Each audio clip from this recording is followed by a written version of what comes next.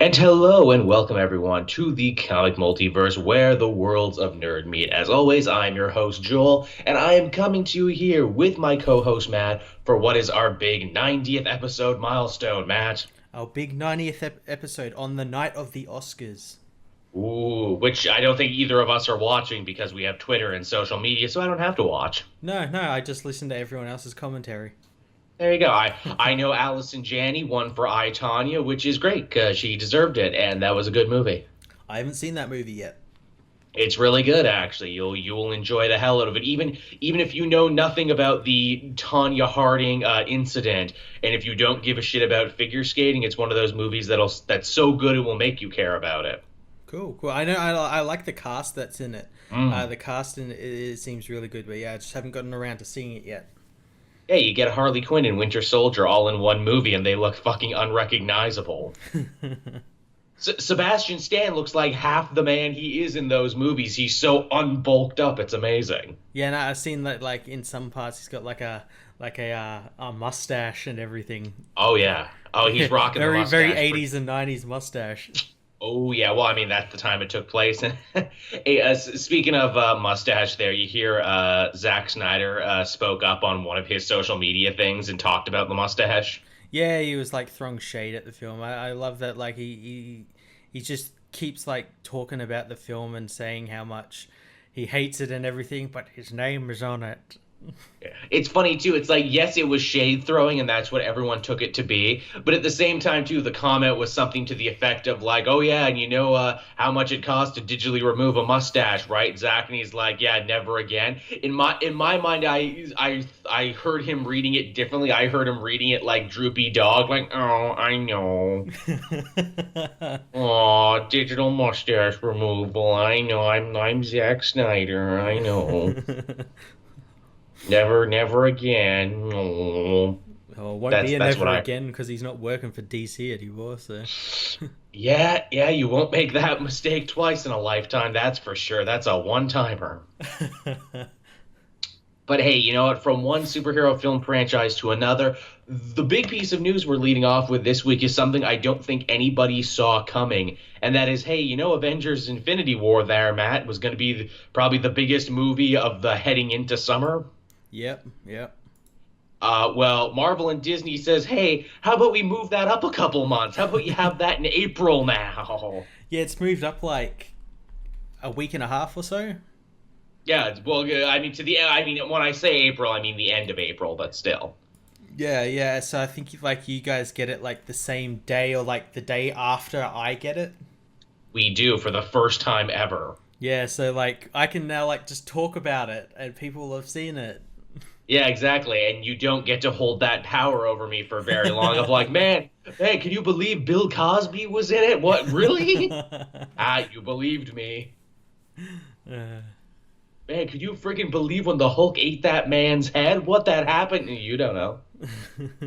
For all you know, it did happen. Anything can happen yeah, when yeah. you're Australian and get to see the movie early. They went about this in probably the cutest way possible. It was Robert Downey Jr. on Twitter being like, "Man, that movie looks great. When can me and my friends see it?" "Oh, well, that depends. How many friends are you bringing?" "Oh, you know what? How about we just release it for everyone in April?"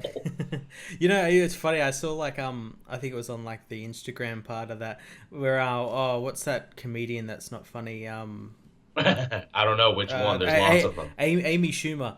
Oh, she like complaining that it was coming out early because she had like she has a movie. Yeah, a movie or something covered out. And I found that That's very right. funny.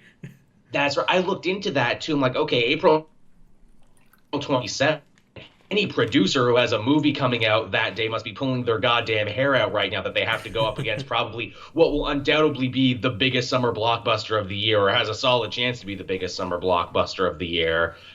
Its only other competition will be Black Panther, which, considering that if they play their cards right, they can build this as, hey, it's Black Panther 2, everybody, he's in it, and Wakanda's in it. Go see it now. Go see it twice. Bring the family. But yeah, man, you got to feel bad for Schumer and all those other people. It's like, put it out at the end of April because I didn't think I'd have any competition. Fuck. Fuck me. And no, like again, I checked it. There is nothing coming out in April. It's the perfect time to drop it. I can understand why they did it. Yeah, there's nothing coming out, and I think it's also to like give space to, because I think either side of it, it's got, I think, Deadpool 2 Hmm. and the Han Solo movie, which comes out Yeah, in which like the first week of May or something. yeah, Second which they week. were only good. Yeah, they were only going to come out a couple weeks apart, and we all unanimously said, well, fuck, if what we think happened happened, and if the Marvel Disney Fox deal has gone through, shit, they're going to be cutting into their own market here. Yeah, they really, because that's like technically two movies that they own, that they will be like competing against each other, and in the end, then they both would make money. But yeah, it's like Yeah. splitting the box office, which is something you don't want. No, you don't want to, where it's like, look, we could make most of the money, or we could make all of the money. All of it. All of it.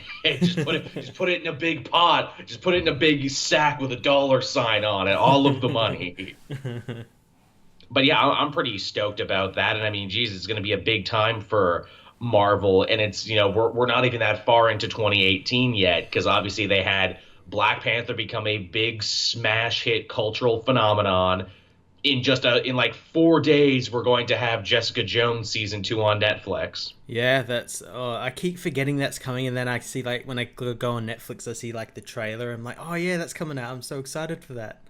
Don't worry, Matt. Netflix isn't going to let you forget. No, Netflix they're never not. forgets. But yeah, we got that coming down the pipeline, and now, oh yeah, hey, here's Infinity War before you thought you were going to get to see it. Yeah, and I think like also this like coming week, well, obviously like tonight or tomorrow night, or as this is airing later on in the week, we've also just seen the Rebels finale, the whole series finale. Yes. I think like at the end of this week, there's the 100th episode of Shield. Yes, the much lauded Shield. And in fact, we're going to be talking a little about TV as we get to the end of the news, because Flash and Shield premiered, and I figured, let's talk about it, because why not? People like it when we talk about TV, and we like talking about TV. Yeah. But before that, some more news from Marvel Fresh Start. Some brand new books and creative teams have been announced. Mark Waid is going to be jumping over to Doctor Strange, and that book is now going cosmic. Cool. A lot of books in Marvel right now seem to be going cosmic. Wouldn't you agree? Black Panther is going to space. Doctor Strange is going to space. Apparently, space is just this really happening place everyone wants to be. Well, yeah. Again, Infinity War, they're probably going to be going to space in that, and I do like that Marvel are like expanding a bit more on their cosmic stuff. Their cosmic Yeah. stuff is really cool. I mean, it's a perfect fit for Doctor Strange, because obviously, if you follow the creation of his character and just the writers of, Marvel in general, they were all very big fans of the whole, chariot of the gods theory, this idea that anything mystical, magical, or unexplained had to have come to space. So it really only makes sense for Doctor Strange to continue to look for the sources of magic by going into space. Yeah, I think it's going to be really cool. And it leads to like some really awesome like new villains and characters and Oh, yeah. aliens and all sorts of really cool stuff. It's also not Mark Waid's first time writing Doctor Strange, so that's always a plus. Yeah. And to think everyone thought he was going to Iron Man. Turns out he was going to another mustachioed hero who's sometimes a dick. Missed it by that much. What is it? Reddit and Bleeding Cool. You missed it by that much. You got the wrong awesome facial hair, bro, guys.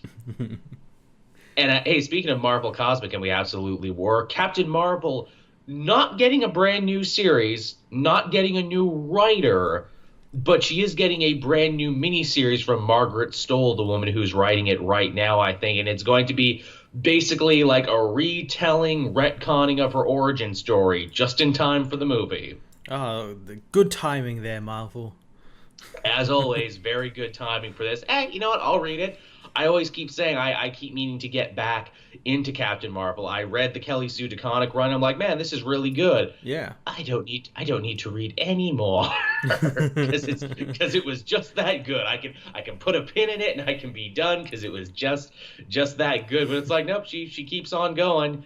Even after Civil War 2, and you could argue they assassinated her character a little bit, she keeps on going. Yeah, yeah. Going to be a big part of Infinity, so I mean, now is definitely the time to hop on what with the new movie and everything. Definitely, definitely. Perhaps the biggest piece of news that came out this week is, hey everyone, Nick Spencer will be helming Amazing Spider-Man. That rumor that was bandied about 6 months ago, and the rumor that I would not shut the fuck up about, turned out to be 100% on the money. Very nice. Yes, and because of that, I'll be reading Spider-Man now. And because of that, I don't think you're the only one, Matt. It's like, okay, new number one, new status quo, really funny writer who, excels in writing lovable losers and schlubs. And what is Spider-Man if not the ultimate lovable loser schlub of comic books? Yep. I'm really looking forward to it. They released like the cover of his first issue, didn't they? It's like a wraparound, and yeah, it looks really cool.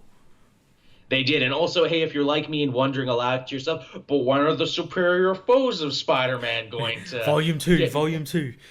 Volume 2. Not even Volume 2, Matt. Free Comic Book Day. It's all building up to it.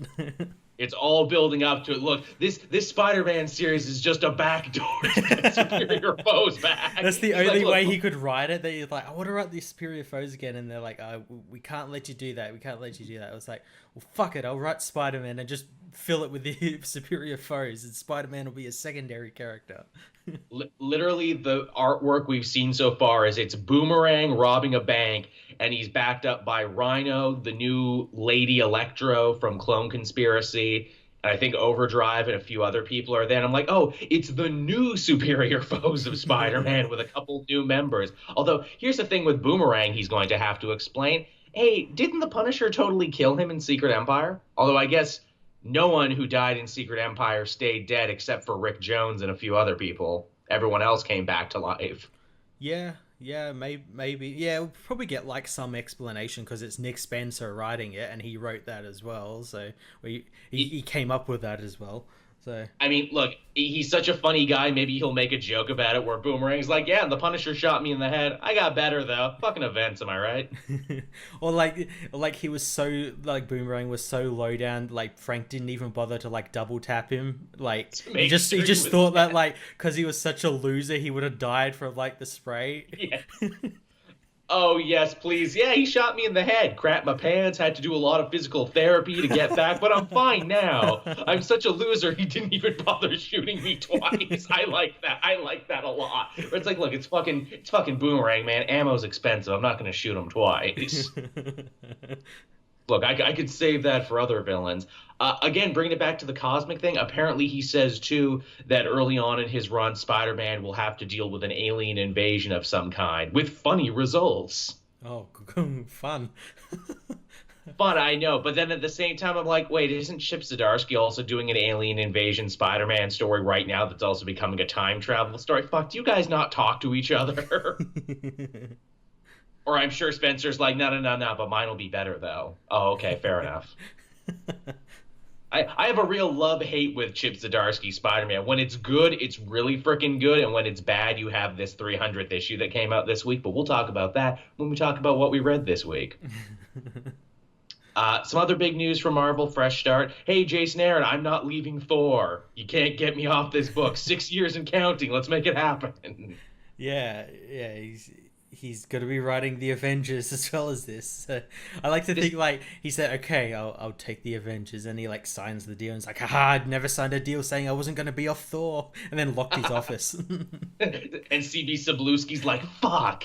He's a wily one, that Jason Aaron. You can't nail him down. I mean, honestly, I don't know why you would want to kick him off Thor right now. He's been telling one singular focused epic for 6 years. It's like, dude, you started this whole War of Realms thing. You gotta finish it now. Yeah, like, why would you kick someone off when the book's been, like, consistently good? And the best it's been in a very long time. Yeah, so just, like, leave him on it. And I do wonder, like, I don't think it will suffer, like, him splitting his attention. But yeah, I'm interested to see, like, whether we're going to get, like, tie-ins between both issues and stuff like that. Oh, yeah. I mean, the fact that he's writing both almost assures me now that the Avengers will cross over with Thor and vice versa and be like, hey, the big War of Realms event featuring the Avengers, or hey, everything I'm doing with the Dark Celestial and everything else, hey, here's an issue of Thor where he's exploring just that. Yeah, well, and we also might get like something with that that Avengers team from Legacy with Odin on it and everything, and Yeah, the 10 million BC team. Yeah. It'd be fun too, where Jason Aaron's like, hey, and here's some characters I created. Here's Dog Logan. Remember him? No one cares about this character but me. Hey, here's Dario Agger. He's an evil industrialist and a Minotaur. Wouldn't it be fun if he fought the Avengers? And I'd be like, yeah, I'm okay with all of that. Yeah, it'd be really fun. Mm-hmm. The other big new person taking over a book, this is yet another rumor that turned out to be 100% on the money. Ta-Nehisi Coates of Black Panther fame will be taking over Captain America now. Cool. When does Mark Waid's run end? At the end of this arc, when they hit the big landmark number, I don't know what number they were working up to, but basically when that's done, then Ta-Nehisi Coates takes over. Okay, cool. I'm interested. Me too. They had a whole big write-up at The Atlantic, of all places, aka the place that Ta-Nehisi Coates worked as a journalist before he became a comic writer. The Atlantic had exclusive insight into this, and I'm like, of course they have fucking exclusive insight. He still probably knows people there. That'd be like if I gave Matt exclusive insight into what I'm doing this week. Ooh, nice exclusive insight, Matt. Did you pick up the phone? Man, I bet you really had to hunt him down for that one. How did that conversation go? Hey, Joel, can I have exclusive access? Sure. You sure can. But yeah, I'm interested to see what this guy has to say about Captain America, because this is a guy, obviously, who, if you know anything about him and his work, has a very interesting kind of point of view on what it means to be American and what it means to live in America in 2018. He also said something else really interesting. He said, my work on Captain America is less about putting my words in Steve's mouth as it is putting Steve's words in my head and filtering it through my pen. And I'm like, oh, that's a really good way to think about writing legacy comic characters. I like that. Yeah, his kind of like pitch that he said that you just mentioned, yeah, is very interesting for Captain America. I'm interested to see what he's going to do with him, especially after Mark Waid's run, which is like, it's a bit more classic Captain America, that run. Yeah. A bit more classic with obviously Definitely. Fallout with Secret Empire and everything. So it'd be interesting to see how Ta-Nehisi follows that.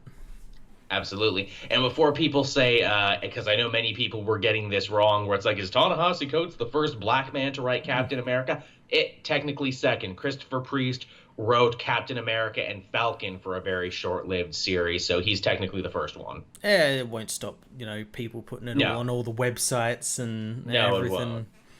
Like they're like, Black Panther, the first major black superhero film. What about Blade? What about Meteor Man? What about Blank Man? You can't just pretend these movies didn't exist. They did. No one cares about Wesley Snipes. He didn't pay his taxes. That's what you lose when you don't pay your taxes. You don't get named in the headlines of articles anymore. That's a special little thing there. It's fine print in the U.S. tax code. Don't pay your taxes, you get taken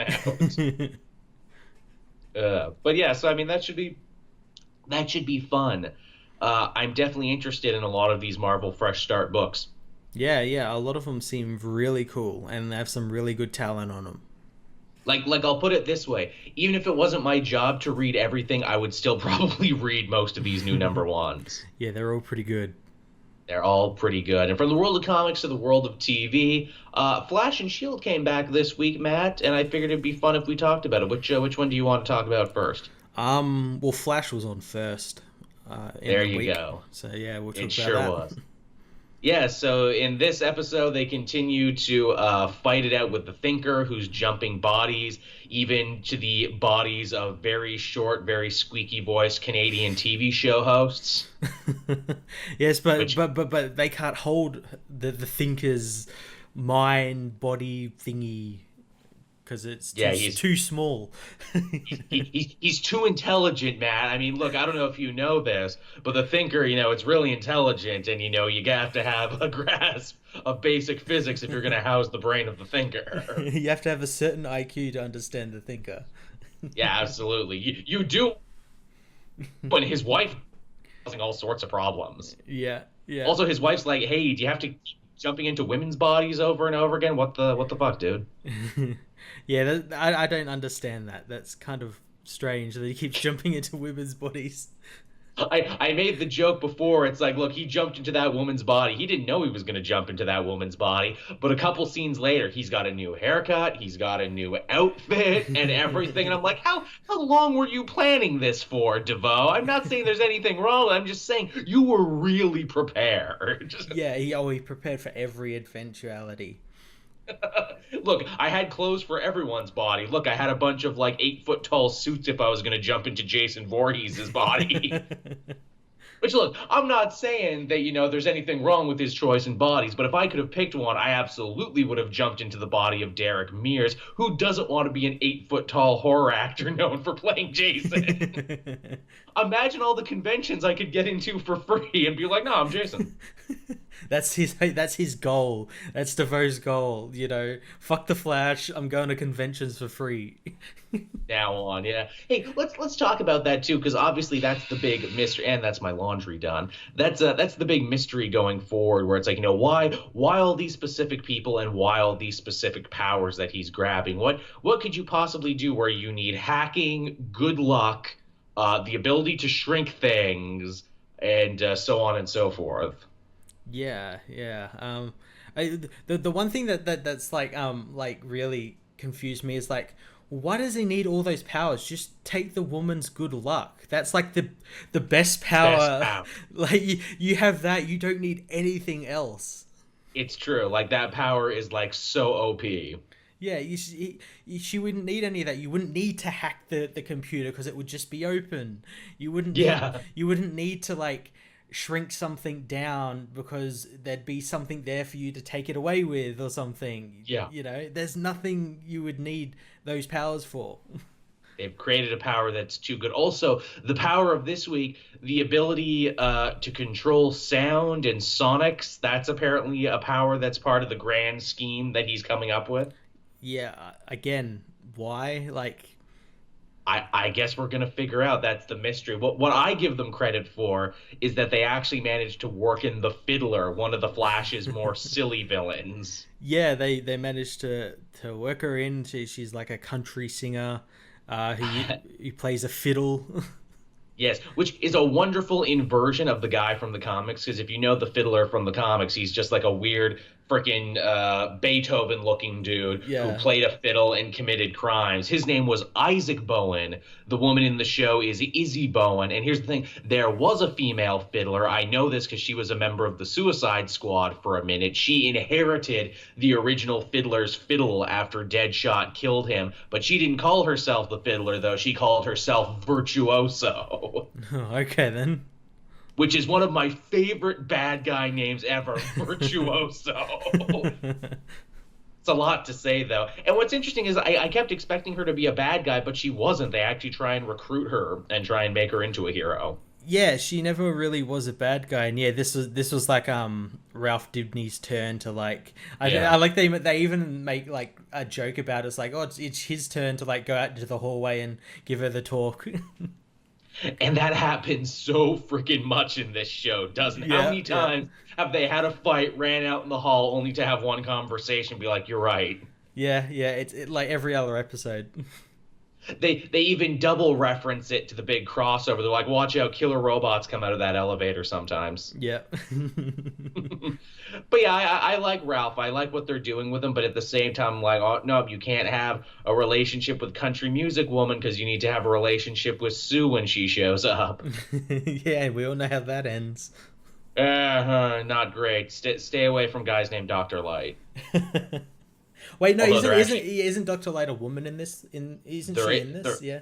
Yes, they did the heroic version of Dr. Light, who's a woman, Yeah. but it's not Hoshi from the comics. It's the woman that Kid Flash Wally is supposed to be dating, but isn't. Yeah, yeah. Yeah, they kind of messed up with that one, but hey, things happen. There's also an interesting side plot here of like Harrison Wells trying to become friends with Joe's newest girlfriend by helping her out with her whole psychic problem that she has. Yeah, I like that though. It's kind of weird that like this Wells has been around for a while. Why is it like only now that he's like suddenly he's like I'm Robot Wells. I don't have friends because I'm too Yeah. logical. Like it's really weird. Yeah, they kind of regressed a lot of his character development for the good of this episode. I can see what they were thinking, and that is, you know what? I don't think these two characters have ever had a conversation with each other. Hey, Yeah. tell you what, let's build a whole episode around them being friends and how they bounce off each other. Yeah, yeah. And it was fun. I liked Well, it. It was it's good. nice to give them something to do, and it's kind of fun that at the end of the episode, it's her who's going to be a mother and who is a mother being like, look, just call your daughter. Yeah, yeah, yeah. Jessie Quick. I think she's coming back next episode or something, which is about time. I think so. She's just been Yeah, I like know. off doing stuff. I don't know. You know what it probably was? They're like, look, we have Wally and we have Jesse, and we'll have Wally forever. Oh, no, wait, the actor's kind of flaky about it. Okay, tell you what, how about Jesse comes back now, and Jesse is the sidekick? It's funny because the actor who played Wally West was like flaky about it, and now he's like a series regular on on Legends of Tomorrow. So freaking weird. I don't know. Like, apparently that guy has a lot going on in his personal life and everything that has affected the shows, and they've all just been super, super accommodating and super cool with him. Yeah, yeah. Him on this week's Legends was pretty fun with Rip. Yeah. Oh yeah, at the very end there when he comes to recruit him and he's apparently stolen Ezra Miller's man bun. I think you might have missed the episode. No, I think I did. Yeah, I did miss it. Yeah, Yeah, I it was saw him such a recruit him. fun episode. Yeah, yeah. In this newest episode, yeah, he recruits him, and they like go to like 1992 Tokyo and get drunk and Oh wow. at like karaoke bars, and like he steals a bunch of stuff from the Time Lord people. What else happens? Oh yeah, it was an episode based around Blackbeard. Oh, that And sounds the fun. legends like have found like another one of those stones. That sounds totally like my cup of tea. I'll have to catch up on that. See, that's the thing with superhero TV now. There's so freaking much now. You miss stuff sometimes. Yeah, yeah. I only watched it like a couple of days ago, but it was a really fun episode. But then the ending was ruined by Ray being Ray, and that is doing Oh, of something course. stupid. For no reason, yeah. Yeah. I guess with that, we can talk about S.H.I.E.L.D. This is their first episode back after their short hiatus, which left on the cliffhanger of like, oh, are they going to get home or are they going to get back to modern day? They do, but once they get back, oh, crap, we're also wanted criminals now. Yeah, and I don't know whether they explain it in the show, but did they say how long they were gone for? Or was it like one of those things that they do in time travel where they like disappear and they're back like a couple of minutes later? They haven't said it, but if I had to guess by the way everyone's acting, I'm assuming it's that. I'm assuming they came back seconds after they left. Yeah, yeah, okay, but yeah. Yeah, it was I really liked this episode. I thought it was really good with them sort of figuring out what the hell is going on in current time now and like Yeah. trying to fix what happened in the future from happening. Yeah, before it can happen. And of course, they bring back their buddy from the future who acts a fool in the present. He gets Zima drunk, which I didn't even think was possible. Yeah, well, when you don't have any tolerance to alcohol. No. He gets super Zima wasted. Man, Zima was probably so happy with basically the commercial they gave him because it's like he tries beer and he's like, oh, that's disgusting. Do you have anything that's like that but tastes good? Oh, yeah, Zima. It's like beer but tastes good. Yeah, Zima stocks rose this week. Yes, does it ever? Here's the thing. Like, I actually went back and I'm like, I thought they stopped making Zima in the United States. Apparently, they did for quite a few years. Then only in 2017 did they come back making Zima again, but a very short supply of it. Yeah, it's a very limited supply of the stuff, and apparently it's really popular. Yeah, I've I never think never tried it. It's not a thing over me here. neither. No, I don't think we ever really had it here in Canada either. If it was, I would have tried it by now just because Zima is the punchline of so many jokes like this one. Hell, I think after this episode, I think they might have drank all the Zima that was left in the world. just for this show, and you know what? It was worth it. It was worth it. Absolutely worth it. Oh, hey, the Sunday school kid in me laughed. What is it? Their Chronicon friend they met, Enoch, has what is it? A predecessor, and his name is Noah. Yeah. Get it? Enoch, the guy who wrote one of the first books of the Bible. His, descendant Noah, who would build the ark, and he's there literally in a bomb shelter that is a giant ark for humanity. Yeah, And I'm like, I thought that was pretty cool. And I'm like, oh, my Sunday school is showing here. I get those references. Hey, also too, that was Joel Moore getting to play a robot, much like he wanted to be a robot in Grandma's Boy. Now he is a robot. Yeah, yeah. I was thinking about Grandma's Boy when I saw him. I was like, hey, he got the robotic legs. oh, fuck, we're trapped in a bunker with JP. Shit. Hello, agents of S.H.I.E.L.D. Nah. Oh, and Patrick Warburton was in this episode too. Yeah, he was like the AI, not AI thing for the bunker that was created in like the 70s. Yeah, he looked like Walt Disney. It's basically the role that Patrick Warburton was born to play. Yeah, Walt Disney, Howard Stark. All just crammed together. See, that's what's great about Agents of S.H.I.E.L.D. too. You never know who's going to show up. I know. They have had some really great character actors in like bit parts as well as like ongoing parts throughout the series. Most definitely, most definitely. They introduce a new, very threatening cabal of villains who actually have costumes and everything. They have costumes and everything. The henchmen seem to be LMDs or some form of robot. And they seem so pretty smart. It is so smart because it allows them to like actually kill and everything. You can do whatever you want to a robot on cable TV, and it's A-okay. You can be as violent and sadistic as you want. Yeah, or until like the robot equivalent of Peter get in your face. What would the robot version of that? People for the ethical treatment of robots. Hey man, you can't do that to robots, man. They're thinking, feeling, oh, what? They're not. They're not actually thinking and feeling shit. But they can fake it though. But yeah, this episode's really good, and it ended on like goddamn huge cliffhanger. Yes, very brutal too. Something happens to a character that we have been wondering forever. Hey, are they ever going to do this thing to the character? Then they do. They do, and it. I didn't think they would do it. And I'm like, she's got the throwing disc. She's gonna do it. She did it. And there they are on the floor over there, all bleeding and everything. That's fine. You and Coulson will have something in common. Hey, you've got a cool robot appendage. I've got a cool robot appendage. They look great, don't they? I have 2 cool robot appendages. I'm twice as cool as you with my robot arms. But yeah, there's a little TV talk, everyone. We hope you enjoyed that. Again, probably next week when we do the show, we can talk about Star Wars Rebels when it's finally done, and we can actually talk about it with some authority. Yeah, Star Wars Rebels, the 100th episode of S.H.I.E.L.D. I guess whatever else is on at the time. Yeah, whatever else is on, there's going to be a lot of stuff that's on. Man, we keep adding stuff to our thing. We talked last week about Krypton and how Brainiac looked great, and it was like, shit, are we going to have to start watching Krypton now? I think we're going to have to start watching it. It comes out on like the 21st of March or something. Yeah, it comes out fairly soon. Yeah, and I'm cautiously optimistic after seeing that Brainiac. Yeah, you get one episode Krypton. Please don't blow your wad with Brainiac in episode 1, then we never see him again. Like, oh, no. We blew the entire budget on that Brainiac effect. The rest of the series is literally going to be Jeff Johns with finger puppets. Filmed on a black screen. There you go. That's how much money we had to save. But boy, did we save it. And with that, everyone, we can finally hop on over to what we read this week. Pretty decent-sized week. I was actually able to catch up on quite a lot of series that I haven't in a while, and I even did a little video that will be up by the time everyone else gets to see this, but I actually went back and I caught up on all these New Age of Heroes books. Oh, did you? What did you think of the ones that are out at the moment?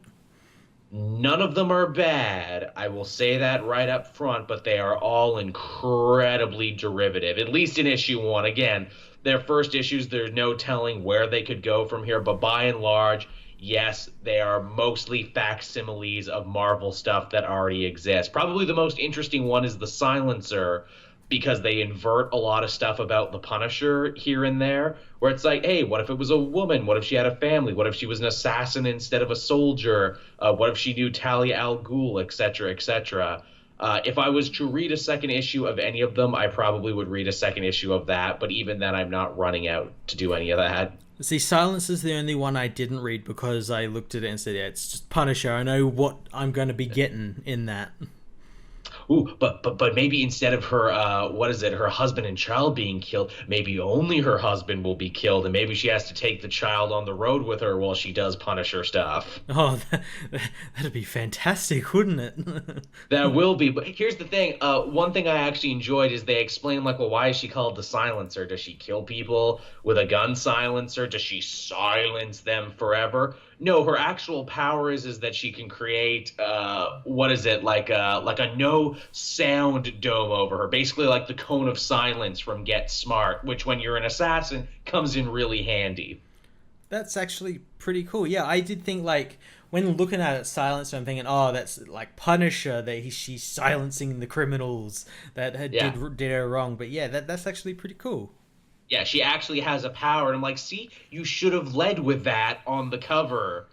Without that, she really does just look like a derivative Punisher. And, hey, it doesn't help that John Romita Jr. is drawing it, and John Romita Jr. drew, like, Punisher Warzone, and she's doing the exact same pose on the cover, where I'm like, look, I know these other creators had no way of knowing, but it's like, John, you knew. You were there.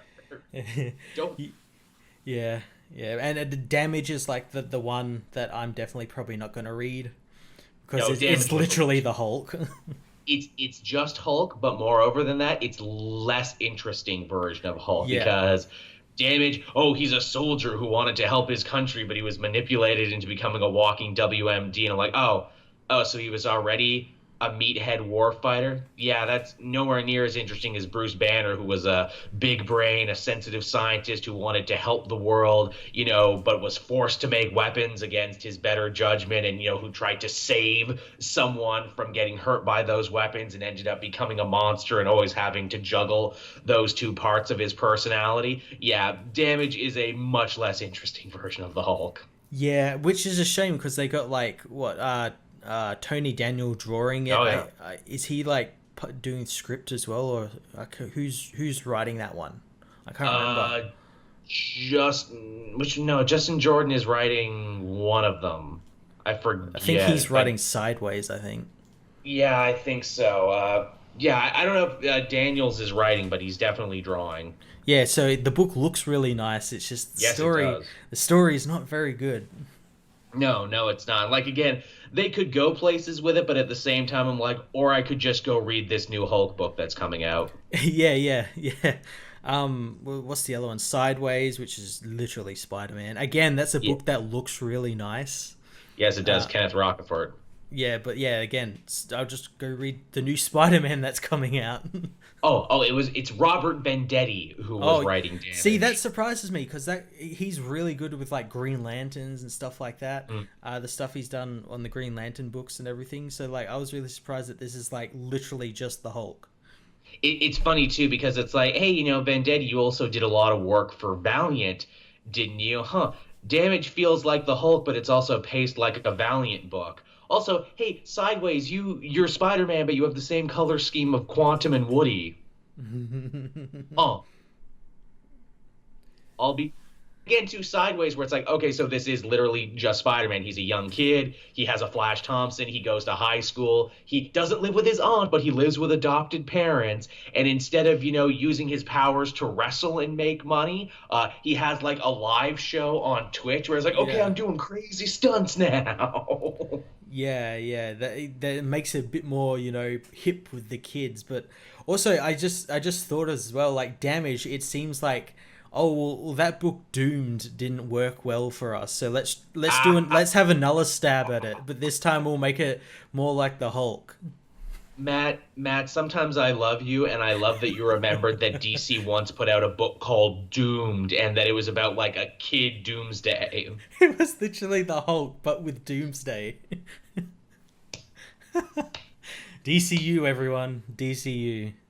It happened, but not for long. Yeah. But one that came out this week from the New Age of Heroes was the Terrifics. Yes. This is what we were building up to, yes. Yeah, the Terrifics is probably the best one of them all. It's the one that definitely has the most hooks into Dark Knight's metal. That's another thing. All these like New Age of Heroes books are supposed to spin out of Dark Knight's metal, but like only two do. Yeah, I'm like, well, how do all these spin out? Like, do these people like get powers from the Dark Universe? Because that's not being like told to us. Waid does. Yeah. I know it's implied that that's where Sideways got his powers, but for everyone else, it's just like meh. In fact, for Silencer, they straight up say, "Oh yeah, she's the world's greatest assassin. She's existed in the universe for a long time." So like pre-Dark Knight's metal. Yep. Yeah. So it doesn't make any sense to me. I can see why they changed the name of this from Dark Universe to New Age of Heroes. They're like, "Oh, this has very little to do with the Dark Universe. Maybe we should change the name." Yeah, but the Terrifics has like direct connections to it because they literally travel to the Dark Universe in this first issue. Yes, this issue takes place after the events of Dark Knight's metal, and it's like, oh, so I guess everyone got out okay, huh? Yeah, that's the one thing that last issue was delayed. So like, I imagine it was meant to come out this week or last week. So yeah, they work in all the characters. You got Mr. Terrific, who's like, hey, man, my star is really on the rise after helping out Batman. He's fighting Simon Stagg, who, of course, is the guy who creates Metamorpho. And, hey, Metamorpho, I notice your rocky, craggy hand is orange now. Yeah. What's up with that, man? Wonder why that's a thing. I wonder why that's a thing. But yeah, they actually have a cool bit with Metamorpho that, of course, Simon Stagg, because he's an evil industrialist, is like, I will tap into the Dark Universe for money, probably. And I'll use Metamorpho to do so. And because Metamorpho can become basically anything he touches, he ends up becoming like a being of pure nth metal. Yeah, and because of that, obviously, we know that opens the Dark Universe portal, and you can't close it because of the Dark Universe energy and everything, and Rex going basically insane because of the nth metal. So Mr. Terrific has to use his nth metal or metal equivalent, which is Plastic Man. Yes, who is the fast-talking fun one, very much like Johnny Storm. Even kind of looks like him, but like with black hair. Yeah, they kind of handsomed Eel O'Brien up a little bit, and I'm like, oh, that's funny. I don't think he ever looked like that before. But yeah, I mean, Johnny was also the heartthrob of the team, and the other two ain't heartthrobs, so I guess we gotta do this. Yeah. Oh, come on, I'm Mr. Terrific. I'm a big nerd. I'm very handsome. Look, I'll take my mask off. It is good to know as well that like this is the first time Plastic Man has been opened. Like obviously he doesn't get opened in like Metal issue 6 and. We see him teased and everything, but yeah, this is the first time he gets open. And he gets open because he goes into the Dark Universe, but yeah, so I guess he doesn't go into the Dark Universe in issue 6. Yeah, it's like, well, thanks for the spoiler, everyone. I was really expecting Plastic Man to come out and save everybody. I guess not. They meet up with an invisible woman. Oh, sorry, I mean Phantom Girl. Yeah. Yeah, who they can see because she's in her tangible form and not invisible. There you go.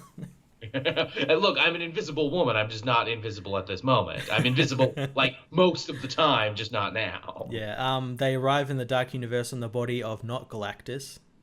Yeah, oh, I know, right? But there's not Galactus is also in Sideways, and then I'm like, oh well, maybe that's not the Watcher, and maybe these are not Celestials they're on right now. But yes, looking very much like a Kirby-esque drawing. Let's say that. Yeah, and they have a little bit of an adventure in there, and they find a message from Tom Strong.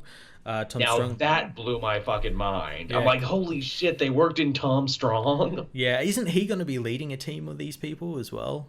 Isn't he on like Challenges of the Unknown or something? Or He might be. I've lost track of all the other books. But yeah, friggin' Tom Strong, who was an Alan Moore creation, was in Vertigo and has now made the official jump to mainstream DC Comics. Yeah, so either that he'll be having his own team, or he'll be joining these guys, or maybe he'll turn evil and become some time of Doom Doctor or something. Oh, he is a scientist and he is a man of the world and everything, and you could, just push him a little bit and he could be a little morally dubious. And you're right, this team needs a Doctor Doom, and holy shit, imagine if their Doctor Doom was Tom Strong.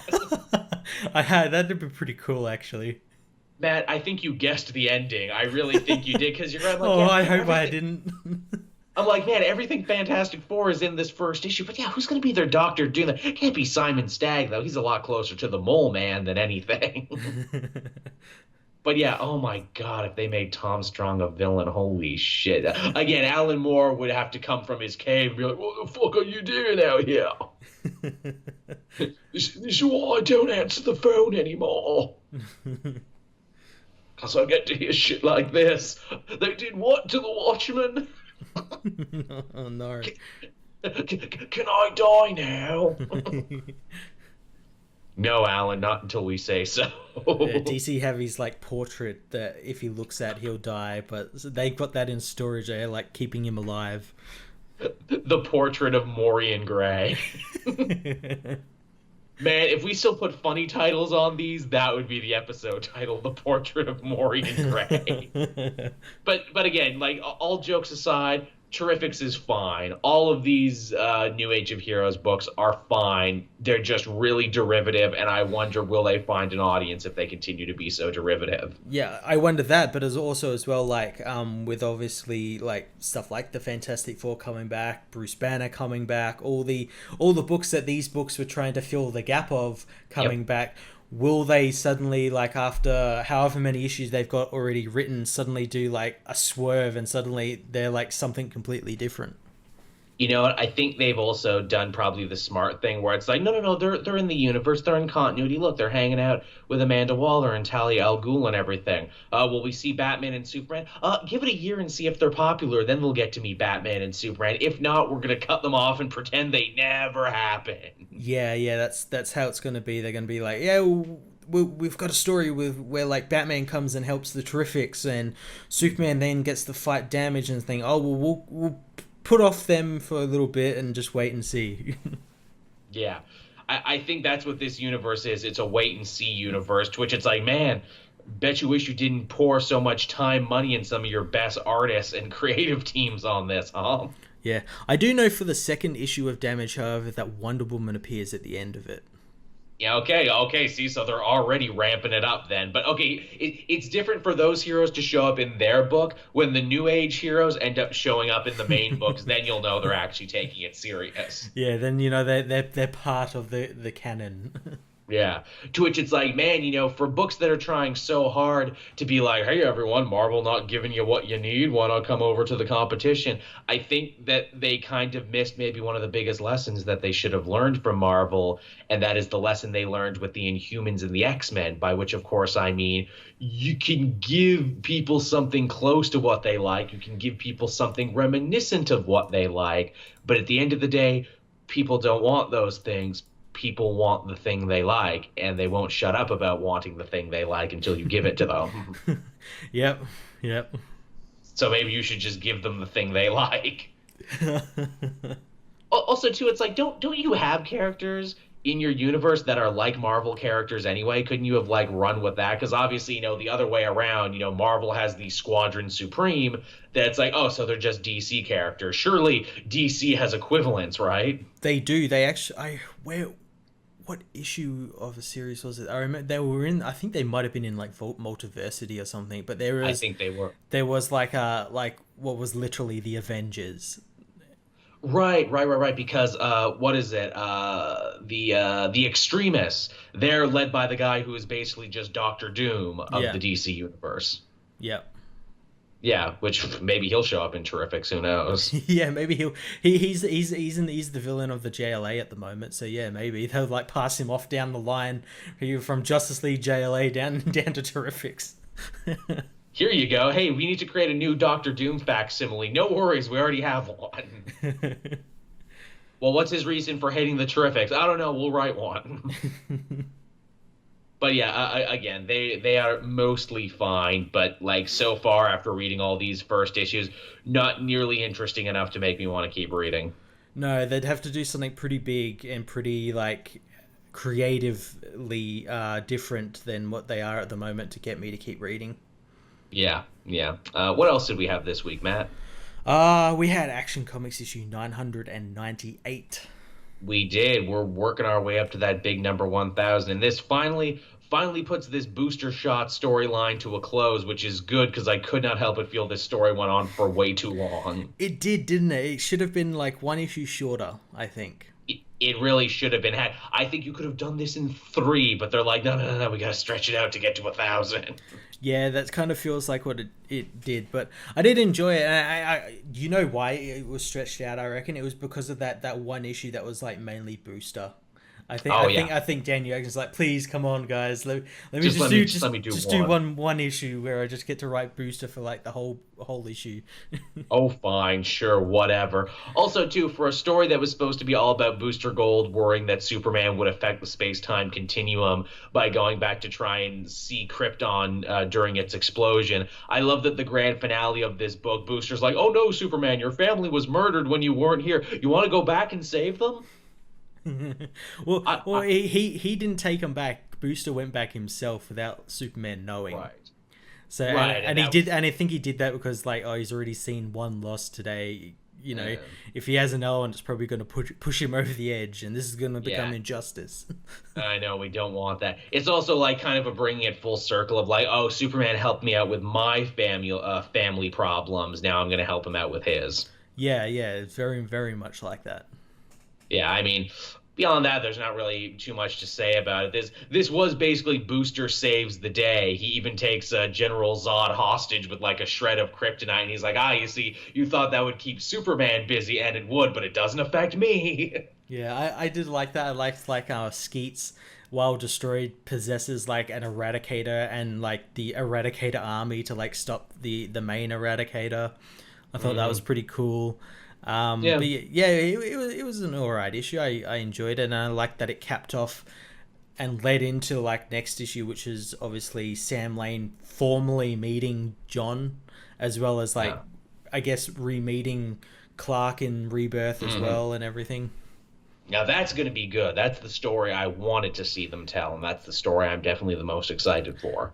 I'm really excited, and I'm also like wondering like I wonder if they're going to tell Sam Lane that he's Superman, or like wonder what's going to happen there, because it's a bit awkward with like, oh, now Superman's working with this boy who's like a Superboy. Suddenly, you know.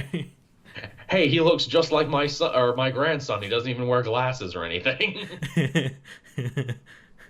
Yeah, I would actually like that very much. I think that would be a bold way for Dan Jurgens to end off his run and be like, yep, and now Sam Lane knows about the alien heritage of his son-in-law and grandson. Because it's like, you know, if you still hate aliens at that point, then you're just a dick. Yeah. I did like it at the end though, where like John's like hyping up Superman. It's like, oh, my father says Superman's so cool, and Sam's like, oh, we're gonna need to have a talk, son. Let me tell you about these illegal aliens. Oh, I know, right? Look, see, I got this program to build a wall, you see. It's a really big one in space. It's a space wall. It's got to keep out all them aliens. It's called Operation Space Wall. Luthor's funding it, of course. Of course he's funding it, Grandpa. What else would he be doing? Oh, goddamn. Yeah, so, you know, it was what it was. I'm more interested for the next one. Yeah, and then we got the big 1,000th issue. Yes. 1,000th issue.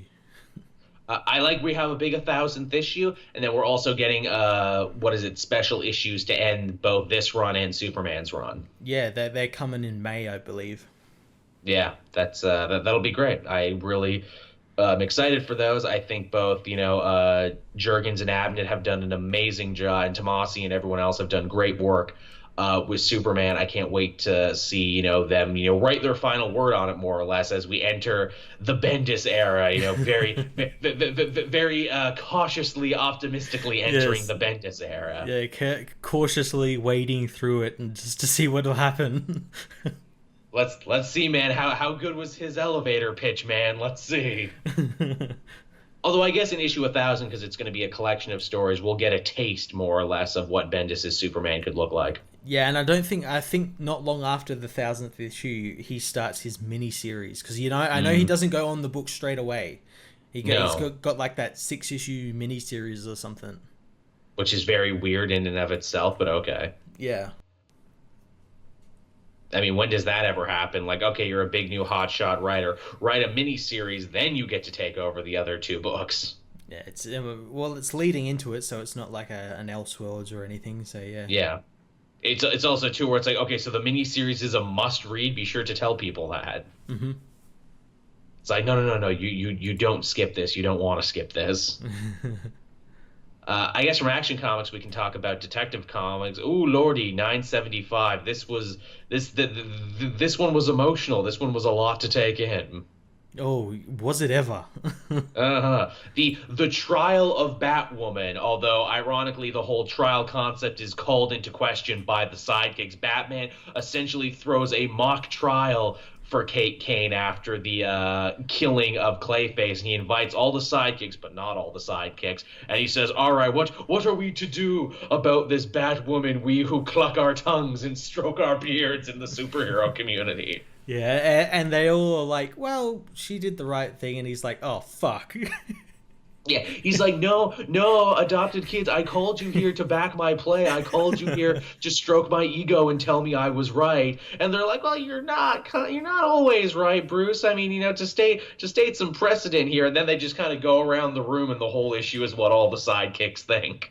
Yeah, and I find it funny that, like, Batgirl, like, reveals the real reason why the Night Protocol and everything was put together, and it was basically just to protect Kate from what she said to Bruce when he was younger about wanting to go and kill the criminals that killed her mother and killed Bruce's mother and father and everything. Barbara tears into him probably harder than anyone, and she says a line that is so perfect. She says, this isn't about what Kate did. This is about her breaking your rules and bruising your ego. Yeah, and it really is. And I like that he doesn't deny it either. He just sits there in silence. He's like, yeah, you kid's got a freaking point. Hell, I wish Tynion could have continued to write Red Hood, because he actually writes Jason in a way that I would want to read about him. Because Jason says, look, you can say she dishonored the bat symbol all you want, but the fact is, I dishonored the bat symbol way worse and for way longer, and you still talk to me, and and even though you do talk to me, you treat me like the black sheep of the family. You treat me like shit almost to make, everyone else prop him up a little higher. Yeah, and he's like, well, if there's more room at the black sheep table with me, so you can just send her my way. It's fine. Yeah, send her my way for Christmas dinner. Shit. Hey, Batwoman and Red Hood, that's a book right there. Yeah, they both got red in their costumes. They both have, I mean, heck, they look like they should hang out. They do. And of course, Nightwing being the nicest one, where it's like, look, she did wrong and everything, but you don't kick out family, and if she wants to start earning her way back in, I think we should let her earn her way back. And I'm like, Dick, he's always the nice one. Yeah, and then Damien's like, no one should be that family but him. But me, which is such a wonderfully beautiful Dick line. It's like, you all suck and I'm great. Wonder what John's doing right now, my one friend. Yeah, and it was really realistic, because that's about as much as like what a 13-year-old would add to this discussion. Yeah, it's like, why do we even talk to you, Damien? The other beautiful thing too, it's like, look, Batman, you're putting on this metaphorical trial for Kate. If you really cared, you'd have invited her to this trial. Also, too, you say this is all for Orphan and everything, and you worry about her well-being. She lives in an abandoned theater, right? Why didn't you invite her to come live in the mansion? Oh my God, you're scared of her, aren't you? Oh my God, you're scared of anyone whose credit cards you can't cut off. You brought Batwoman in here as an equal, and now you don't know what to do. Yeah, it's kind of all falling apart around Batman. Is it ever? And you're right, the beautiful part about this is Batman's like, wow, I got told. yeah, he kind of realizes that everything he's done is wrong so far. And I'm not even mad. You kids told me. You told me off good. And then the thing is, well, like what he thought he was doing right ended up like making everything so much worse because obviously Kate went and agreed and joined her father and possibly has the backing of Luke Fox and Azrael. Yes, which that was the one thing I kind of like raised a finger question mark over. I'm like, okay, but why are Luke and Azrael so loyal to Batwoman? Oh, I'm sure they hope if they go join her team, maybe they'll actually get some panel time and maybe they won't lose every fight that they're in. Hey, yeah, we're in the first responder unit. Yay, we're not the backups anymore. We're not the backups. We can do stuff now. Oh, poor Batwing and Azrael. Do we get cool new costumes? No, but you get this red bat symbol for your chest. Yay! we get things. That's fun. We're happy now. But yeah, I mean, I'm really interested to see where this book is going, especially because this is more or less the beginning of the end for Tynion's run on the book. And he's like, this is what we're building up to, everyone. Colony versus Bat Family. Who's going to win? Yeah, well, it's going to be a bit hard when the Bat Family are like at each other's throats now. Which aren't they always? Yeah, that's true. But this more so than much. Yeah, and it's a beautifully written story, too, because I know it generated a lot of conversation in my comment section over who was right and who was in the wrong and everything. A lot of people just instinctively went to Batman's side because it's his book. Yeah, I got a couple of them as well, and yeah, then I got some people that were telling them like, well, you know, he kind of is wrong. Yeah, he even kind of admits it at the end, and then some people who were really conflicted, where it's like, oh, geez, I want to agree with Batman, but he's acting like a crazy person in this issue, and I'm like, he kind of is a crazy person. He goes out at night in bat pajamas and punches people. He tries to keep a promise he made to his like dead parents when he was 8 years old. That's kind of insane, isn't it? Everyone else is more well-adjusted than him and told him off. And although admittedly they say Kate suffers from a lot of the same issues, she too is trying to keep a promise she made to her dead mother. Yeah, she is. That's shown very well at like the beginning and at the end as well. And yeah, I like what they've been doing in this book. This is easily the most complex version of Batwoman they've done, where she's like, look, I don't like what I did shooting Clayface, but the fact is I had to do it. None of you had a plan, and he could very easily have killed Orphan if he started rampaging again. Don't hate me because I chose to act. Yeah. Also, this is like the Batman book where like Batman does something wrong and we're not like furious about it like in King's book when he does something absolutely fucking stupid. Here it makes sense. Because the point was for him to do something wrong and to be in the wrong, and the other characters actually call him on it. Not where in the King book he does something stupid and wrong, and everyone is supposed to not only roll with it but compliment him as well. Yeah, tell him how awesome he is and everything. Or just pretend it doesn't happen. That's the other annoying thing. It's like, well, Batman kind of fucked that whole thing up. Are we gonna talk about? No, we're not gonna talk. Okay. Yeah, it's done very competently here, and I'm glad that there is a Bat book that we can go to after reading what is a really terrible run on the main Bat book. Yeah, there's a lot of that going on right now. They're taking the shine off Batman and challenging him. We're getting that here in Detective Comics, and we're getting it in White Knight, too. Yeah, it's good. I think writers have suddenly realized that, a lot of people don't really like that whole, what I like to call Batwank. Yeah, the Batwank or the Bat God, if you would. I think we had quite a few years there in the New 52. Good stories, don't get me wrong, of Scott Snyder, but it's like, Batman is basically unto a god. Yeah, he can do no wrong. Everything he does is amazing. I have a machine that lets me get my memories back that I built in for such a situation where I might lose my memories. Yeah. I literally built a god machine. Yeah. What else did we have? Ooh, I guess we had Avengers this week, too. Yeah. Big Avengers book that was pretty interesting. Focus piece on Red Wolf, of all people. Good for him. Yeah. Red Wolf, who, hasn't really gotten a lot of spotlight shone on him in quite some time. Since like, he had that short-lived series. Very short-lived. I can imagine him being like, hey, it's me, Red Wolf. Remember me? I had a book for a minute. You guys seemed really into pushing me for a second, then you stopped. what was up with that? He kind of deciphers what's going on the battlefield, and that is, hey, the bad guys don't seem too worried about anything but grabbing those pyramoids. I bet if I grabbed it, I could find out what's on the other side. You just gotta believe me when I say I'm coming back. Yeah, yeah, and of course, like Hawkeye's the only one who like trusts him because they've been on like a team together. Yes. Yeah, that was really cool. I like that. Like, it just took him just to like it wasn't even fighting. He was just like sort of standing there and taking it all in, and sort of just and that's like what the Avengers haven't done yet. They just haven't stood there and just like watched. Yeah, they're too busy fighting to observe. It's also kind of that thing where it's like no one expects Red Wolf to come through, but he comes through. Yeah, of all characters, it was Red Wolf who saves the day. Red Wolf, he was the best of us. He was. Man, I was thinking about this the other day. When we make that joke that he was the best of us, do people even know what we're referencing anymore? Probably not. It's been like 8 goddamn years, more or less. We're referencing early on in the Walking Dead TV show when they talk about T-Dog, who never did anything important, who sat back quietly when everyone else was talking about what to do with the group. And then when he died, the characters had the audacity to say, T-Dog, he was the best of us.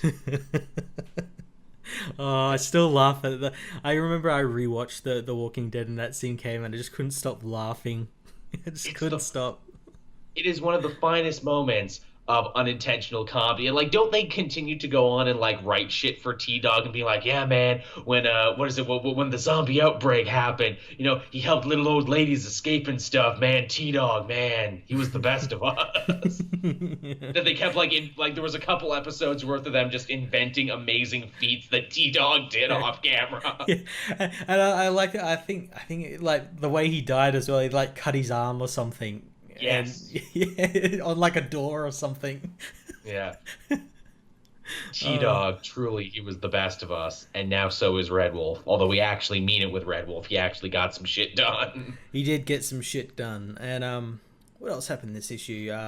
Yeah, we got like that. We got obviously the reveal of the Immortal Hulk.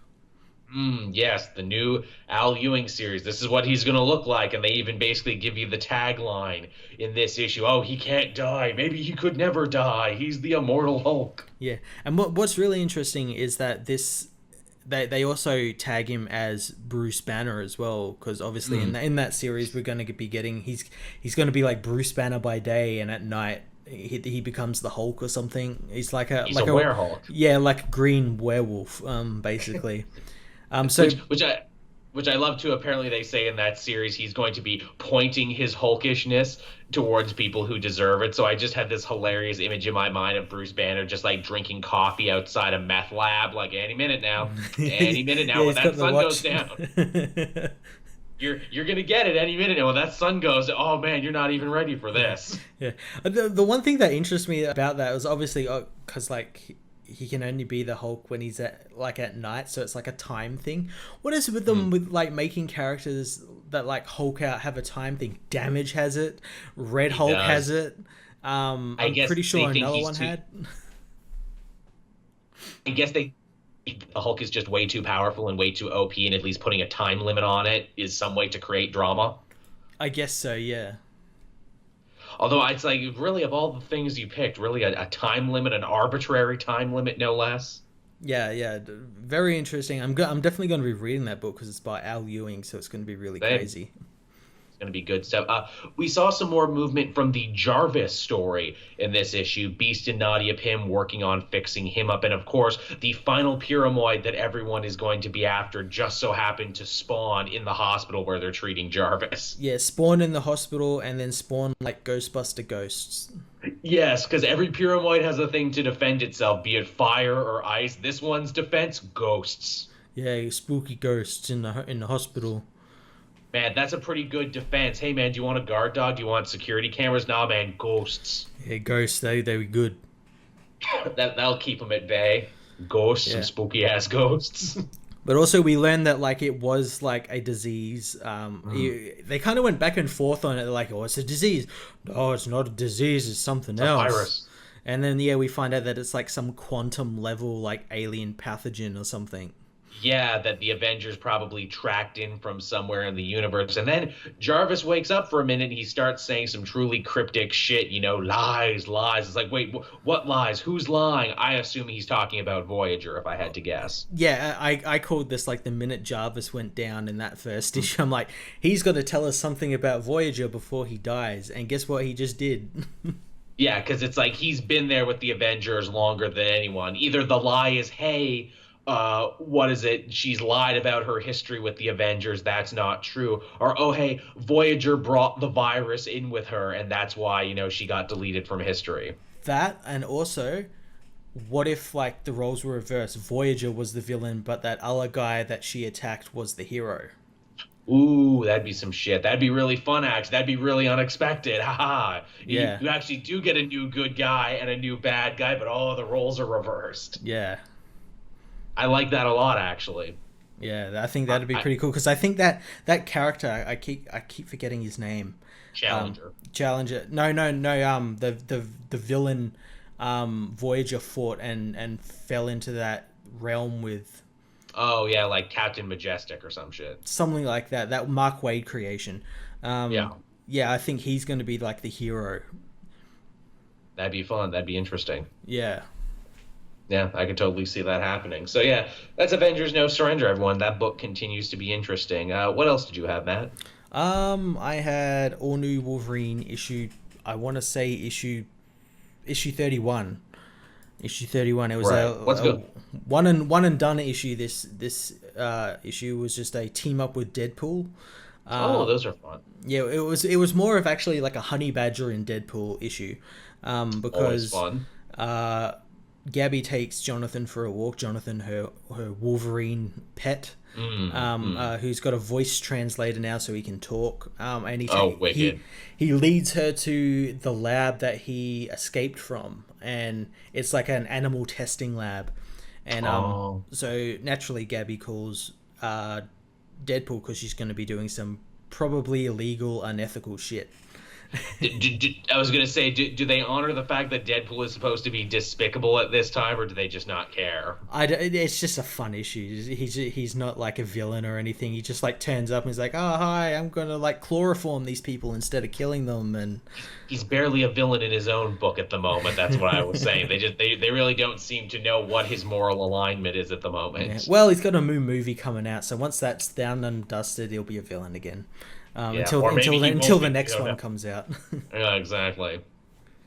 But yeah, it was a really fun issue. They just like break in and they intend to free all the animals, but they find out that the testing have been doing some weird experiments on them and have turned them all into zombies. So there's like zombie bunnies, zombie sloths, all this sort of really like Pet Cemetery. Yeah, all this. I don't even think there was a Pet Cemetery joke in it. I don't think. Oh, that's a missed opportunity. Great restraint on you, Tom Taylor, for not making a Pet Cemetery joke. But yeah, they end up fighting through all this stuff. Then Laura turns up and is like, "Hey, I would have helped out if you just told me." And Gabe's like, "I'm sorry. I thought you would have looked down at me from invading this company's building and killing everything." And then they just burn the building, and Jonathan's like, "Thanks." Sounds fun. Sounds like a good time. Yeah, it was really funny. It was really well written. They were really Tom Taylor was really what's the word, like restraint on Deadpool. He wasn't meany or anything. He was just really funny, and yeah, it was a really fun book. Yeah, sounds good. I got to catch up on New Wolverine. I know I always say that, but I do. I've backed up a bunch of issues on my device. I just need a long road trip or plane trip to catch up on them. Yeah, it's a really good book. It is. Hey, I guess because we were talking about Deadpool anyway, I might as well talk about Despicable Deadpool number 295 that did come out this week. Yeah. This is Deadpool again continuing to work his way through his hit list that is given to him by Strife, and if he doesn't fulfill it, he's going to kill Ellie, Deadpool's daughter. And one of the names that shows up on his list just so happens to be Kid Apocalypse, a.k.a. Evan, a.k.a. Deadpool's other adopted kid. And you think like, okay, well, he already gunned down one woman in cold blood, and they keep going back and forth on his morality. Would he actually kill his own adopted son? He doesn't. He just depowers him for a little bit to get Strife off his back. God damn. Why are they?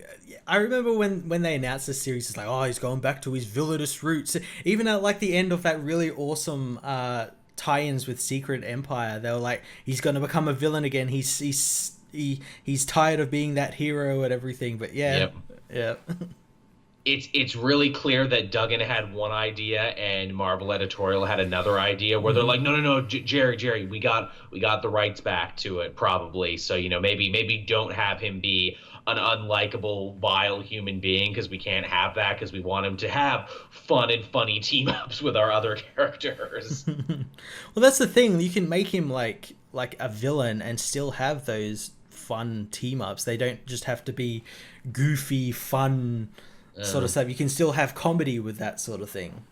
The problem too with this series is that they are repeating themselves, where it's like Deadpool will go to do a bad thing, only he won't really do a bad thing, but then heroes will get the wrong impression, like in this case Colossus and Kitty Pryde. They will fight him and be like, oh, how could you be a bad guy? How could you Secret Empire? How could you murder and do all this other stuff? Deadpool will fire back with, oh, you don't understand, I'm doing this for my daughter, blah, blah, blah, blah, blah. Well, we don't agree, but we'll let you go anyway, and so they do. Yeah, again, it sounds like they're just telling the same thing every other issue. It happened with Rogue. It happened with so many other characters. What's really weird is that then the book takes a really hard, sharp, serious, dark turn when Strife gives him the last name on the list. And this person isn't a superhero. This isn't anyone he knows. It's like, just go kill this random woman. Okay. Who's not a superhero, has no powers, and it's this very sad, very reflective scene with Deadpool. He's all covered in shadows, like Apocalypse Now. He's sitting in a chair and he's pleading to this woman where it's like, look, I don't want to kill you, but if I don't, my daughter will die. Yeah. And, I can only promise that I'll make it painless and everything. And I'm like, where did this scene come from? It's really effective and it's really sad. I'm like, this just came the fuck out of nowhere. Yeah, again, like you said before, it's probably like Duggan wanted one thing, Marvel editorial wanted something else, and they kind of compromised that middle ground, but it was leaning more towards Marvel. They sure did. And then the big final bit is Captain America finds him. It's like, look, none of these other heroes have been able to beat any sense into you, true American, but I'll beat some sense into you because I'm Captain America. To which I guess it makes sense because Duggan did such a good job bringing Captain America and Deadpool so close as characters, then breaking them up in the Secret Empire. It'll be interesting to see how they interact with each other now. Is he still wanting to kill Captain America? Because that was a big thing in Secret Empire. Yeah. He wanted to kill Evil Steve, and now that they split the difference on that, they had a whole issue where he snuck into prison to try and kill Evil Steve, but then he didn't because he's like, no, I want to torture you with the idea that I could break in here and kill you at any moment. Okay. So I guess that was after Evil Steve broke out, or before he broke out of prison? Has he broken out? What book has he broken out? He broke out just after Secret Empire. I swear he did. I swear like a guard broke in, and a guard who was heavily hinted at being Kraken broke in and stole him. Well, they implied that they were breaking him out, just not at that moment. Okay. They were implying that, hey, Hydra runs the jail, and when we're ready and when we've rebuilt our forces, you'll be back. Yeah, I was going to say, because they haven't done anything with him.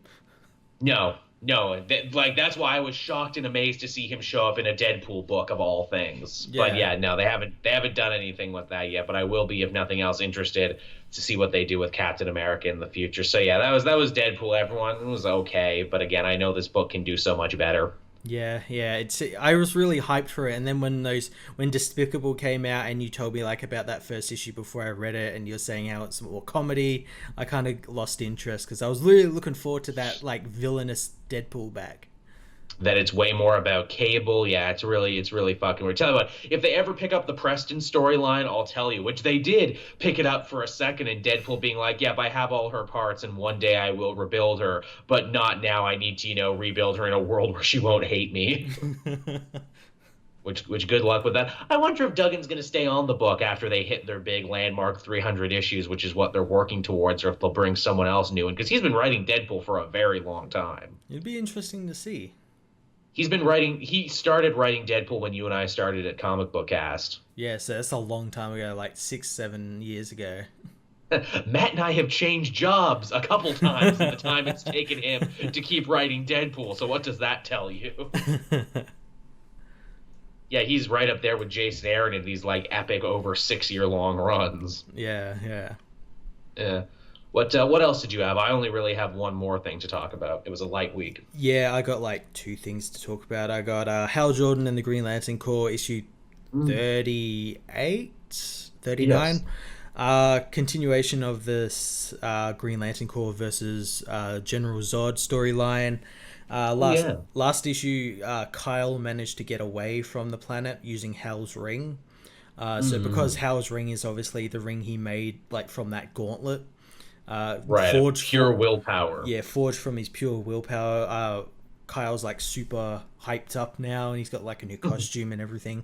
He alerts the Green Lanterns, and John goes to the Guardians. Say, okay, do this new job that you're meant to be doing, where you like come to an agreement, and they're like, I don't know about we shouldn't really dabble with this Zod fella. Or, I don't know, and John, in a great bit of hypocrisy, was like, what the fuck? We need to do something. We need to go and like stop these, Kryptonians who are establishing a base in a solar system that has two yellow suns. We need to do something Oh, about it does. them. Oh, it actually has two yellow suns. Yeah, we need to do something about this. And they're like, I don't know. And he's like, fuck you guys. I'm gonna, get Guy to take Kyle and the rest of the Green Lantern Corps and go destroy them. Kick his ass. I'm gonna go on my own Green Lantern mission with blackjack and hookers. Yeah, they do that. They arrive at the planet. They full on like 9/11 into Zod's like World Zod Center building thing. It's very very good imagery. Very good imagery. for a superhero store. How do you like it, General Zod, when we're destroying your building? Yeah, they got to rescue Hal, who's like still a prisoner. Although Zod doesn't think he's a prisoner, he thinks he's there to like talk diplomacy and all that stuff, except on Zod's terms, which means like being chained You're a up in prisoner. like a basement. And whipped, probably. Yeah, probably whipped by the Eradicator or someone. I just love whipping. I am programmed to love whipping. And the book ends. What I imagine, I think next issue is like the final issue in this arc, in what looks to be like a huge like Green Lantern versus Zod war. Yeah, so it's a lot of fun. That sounds cool. I like that Superman and Green Lantern have been trading villains so much in the DC Rebirth era. Superman's like, hey, can I fight Sinestro a bunch? You sure can. Can I fight Zod? You sure can. We fought them enough. Yeah. Let's keep trading villains. Who else do you got? I got the Parasite. Ooh, I got Bolfunga. Let's trade it up. Yeah, I really like that. They do that a lot in DC Rebirth, where like villains will go and like fight like another hero or something. Like at the moment in the Wonder Woman book, she's fighting Darkseid. Oh, nice. And Darkseid and Grail and like the Furies and everything, which is really cool. It makes sense. Hey, you're new gods. I'm a demigod. Let's do this. Yeah, that book's really cool as well. Her brother is now like helping her out, and he just got like a sick new costume to like help her fight. He's got like power over like wind and like can create like tornadoes and stuff. Always a good power to have. I imagine Aquaman sitting there somewhere being like, hey, does anyone want to use my villains? Yeah, please fight the Black Manta. Fight the Ocean Master, please. Yeah, that'd be really great, Arthur. Do all your villains need to be by water to be a threat? Most of the time. Actually, you know what? I joke about that, but the Teen Titans totally fought Black Manta, and it was actually a pretty good story because Calder Aqualad, that's his dad, so that actually worked as a story. Yeah. I make fun thing I said, but make it good. What was the last book I had this week? Spider-Man, or Peter Parker the Spectacular Spider-Man, issue number 300. Yeah. This book has been so up and down. It had probably one of the best single issues where Peter Parker reveals his identity to J. Jonah Jameson. That was great. Mm-hmm. And then it's just kind of been all over the place. This is the big 300th issue. Costs extra money, has extra pages in it. And you know what they do, Matt? What's that? Oh, this is so bad. I hope they don't do this for any of the other landmark issues. It's obvious what they did. Zdarsky's like, okay, I have the end of this Tinkerer story. That's great. Make it longer though. Take like your next storyline and cram them together and try and have it make sense. Ugh. So they defeat the Tinkerer very easily, who's like, oh, I amassed a bunch of information on all the superheroes and their tech, and I sold it to like a terrorist group and everything, and now I depowered the heroes and I empowered all of these D-list villains, and oh, nope, you beat me pretty easily. Okay, shit. But turns out I'm actually really important because there's an alien invasion coming of a bunch of like sentient artificial intelligences, and I met one like back in the 80s, and I interfaced with it, and like I stopped them from invading Earth, but now I don't care about Earth anymore. So now I'm gonna let the tech aliens come and kill us all because reasons. Okay. And then Doctor Doom shows up, and it's like, hey, these are making all my old Doom bots act crazy, this whole AI invasion. Hey, Spider-Man, do you know how to stop this? And Spider-Man's like, yeah, but I'm going to need your time machine platform. And Doom's like, I don't help anyone, but okay, I will help you for no reason. Is Doom still, like, Iron Doom? Yes. Yeah. Yes, he still is Iron Doom, and he still has access to his like time travel platform. And so the comic ends with Spider-Man and a few other Avengers traveling back in time for some reason, I guess, to stop the alien invasion before it begins. But then robots blow up the time platform, and so Doctor Doom's like, "Oh, wherever they go, now they can't come back." What? The best thing about this issue is that if you keep flipping to it in the back, they actually have a collection of all 300 covers from Spectacular Spider-Man from over the years. That was nice. Yeah, I like when like landmark issues do that. A visual history, but it's kind of sad that the visual history part was better than the actual story. Yeah. So disappointing. But yeah, so that was Peter Parker, the Spectacular Spider-Man. Very, very meh. Very meh. Very meh indeed. Here's hoping you had something slightly better. I did have something slightly better. I'll just talk about like all of them in one, and that's like most of the Star Wars books that came out in the last 2 weeks. Starting with Dr. Aphra, which began a new story in issues 15, 16, and 17. It's Aphra who's like under the slave command of that 000, the protocol droid that everyone loves. Right. Yes, everyone does love that guy. He's super fun. Yeah, he's been sending her on a mission to look for something, and we find out in the last couple of issues that he's sending her to like these Trade Federation like catches and everything to look for his memories. Because he used to be owned or like was created or something by the leader of the Techno Union Army. That's a good name. Who like kept his memories because they were too dangerous or something. We're not really sure what's in these memories yet, but he wants them so he can be complete. And she's got to create like a ragtag team of like mercenaries and no good people to like go and get these memories. And a dirty dozen, if you would. A dirty dozen, but there's like 5 of them. A filthy 5, if you would. While she's doing that, this Lieutenant Tolvin, who is like becoming like her arch nemesis, is hunting her. She's her arch nemesis, but she's also very infatuated and very romantically involved with Aphra at the same time. If I catch you, will you like me? that's exactly what happens. They like find each other in this big like ancient temple, and like the first thing Tolvin says to her is like, "I like your hat." I like this guy. It's a woman. It's I another woman. I like this lady a lot. Yeah, and that's something that's really surprised me. I haven't heard like outcry like, 2 vagina people can't fight, be romantically involved with each other. I haven't heard any of that. Not in the Star Wars universe. How would that even happen? But the most recent issue was really interesting because they end up going to like one of those Trade Federation ships, the half donut ones. That's like, I love the donut ships. Yeah, because it's being used as a rebel flight school. And they arrive there because they need to meet with the commander, and the commander is Harrison Dula. Oh shit! And you don't say. Yeah, she's like the general in charge of this flight school for the rebellion. And they need to break into this place called Hive Base 1, which is like an archive. Hive base. Yeah, it's a hive base. It's an archive for the Imperials. and Filled with bees. the bees, not the bees. Deadly, deadly space bees. And they know the rebels want to get in there as well, so they thought that they could maybe worm their way into the rebels and maybe help get some help from them. It goes horribly, horribly wrong, of course, and ends with Aphra escaping with a captured Hera. Oh, shit. Yeah, so I'm interested to see what's going to happen next issue. I love that the Rebels characters are showing up again. I love that the comics make references to Rebels. I think that's so great. It's really cool. I'm interested to see who else shows up as well, like whether we get like Zeb or Sabine or someone. Very interested.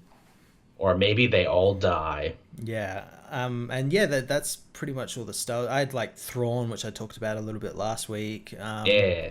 It's the main Star Wars book, which is like the ending of the Ashes of Jeddah storyline, which was really cool.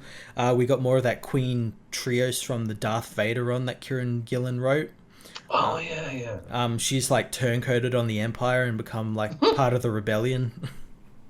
They always do. And the Ashes of Jeddah had a really cool villain named Commander Kanchin, I think, and he was like an Imperial commander who had like this robotic arm that like he could change into like a sword, an axe, a flamethrower, and he had like a fight with Luke, which was way too short than it should have been. Sounds awesome. Yeah, Star Wars books recently have been so good. We like Star Wars. If you couldn't tell, Star Wars is good. It's so good. Star Wars is good again, everybody. I don't know if you know. I don't know if you got the memo, but Star Wars. Star Wars was always good, except between like 1999 and 2005. Man, I am so happy. One of the jokes we made that got a lot of traction a couple episodes back was when I said, do you think Disney executives go around with a big suitcase filled with potential Star Wars movies and they go out to directors they like and they're like, hey, pick a Star Wars. You want to pick a Star Wars? just pick a Star Wars out of the bag. Any Star Wars. Pick a Star Wars. You got the jar, you like shake it up. Just put your hand in there and just pick out the piece of paper. It's got your Star Wars. Okay, what did I get here? Fast and the Furious style swoop bike racing movie. Okay. Yeah. Oh no, the Ewok movie. It's Ewok dash, but good this time. Okay, I'll make it like an environmentalist message movie. Like Fern Gully in space, only with like the little teddy bear people killing guys. Yeah, we'll make it like Predator. Oh shit, man! But you see, oh no, it's a horror movie, and you see it from like the eyes of like the Imperial Scout team, and they're like the team from Predator. So you got like a guy with like big guns and everything, and you got like a dude who's kind of crazy and kind of religious, and they're like, man, can you believe we got this shit assignment from the Emperor to come in and scout out this planet? Wait, what was that? What was that in the tree line? Yab yab yab yab. And they just slowly get picked off one by one. Oh man, Matt, you're selling me on this. Can I do the Ewok movie? I would do that. This is getting too good, Matt. Again, and that's just one of the many ideas in the Star Wars bag. Pick a Star Wars. I think that needs to be our next bit of merch, Matt. I think that needs to be on shirts and hats. Pick a Star Wars. Just pick a Star Wars. Whatever you want. You just pick one. It's a joke that only our fan base would get because anyone else would see that shit like, pick a Star. What the hell does that mean? I know what those words mean separately, but together, what? Is that everything, Matt? Is that our show for this week? I think so, yeah. All right. Thank you so much, everyone, for watching and listening. And especially thank you, everyone who watched and listened last week. We got almost 3,000 views last week. That's awesome. I think everyone was really interested in Marvel Fresh Start, which I can't blame you for. But we got a lot of really nice comments from both, fans who watch everything, and also fans who just came to watch this. And they're like, man, that was a really fun, really funny episode. I'm like, yeah, we do them every week. Yeah. We've done almost 100 of them. And you're welcome to come back and watch and listen. Now, the next couple weeks, guys, are going to be kind of interesting on the channel. Matt's going away in a few weeks, so I will have at least one, maybe two fill-in guests on the show, some fun people I think you're going to enjoy. We're going to have a new commentary track coming out. We took a poll on Twitter, and it was very close, wasn't it, Matt? First poll, it was a tie. The second poll was a tie, so we just said, fuck it, we'll just do this particular movie. We're not going to tell you which movie it is, though. But we're probably going to do both. So if you voted for the other one, don't worry, we'll do that. That will be the next one that we do. But yes, if you're a patron, you'll get to watch and listen to those first. In fact, we're probably going to record that Tuesday. As we talk about this show comes out for everyone else on Wednesday. And if you want to become a patron, you absolutely can. There's a link down in the description. You can become a patron and get access to all of what we're talking about.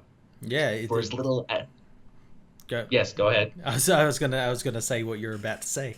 I was gonna say, how well do you know the spiel, Matt? I only say it at the end of every video. Yeah, I know it very, very well.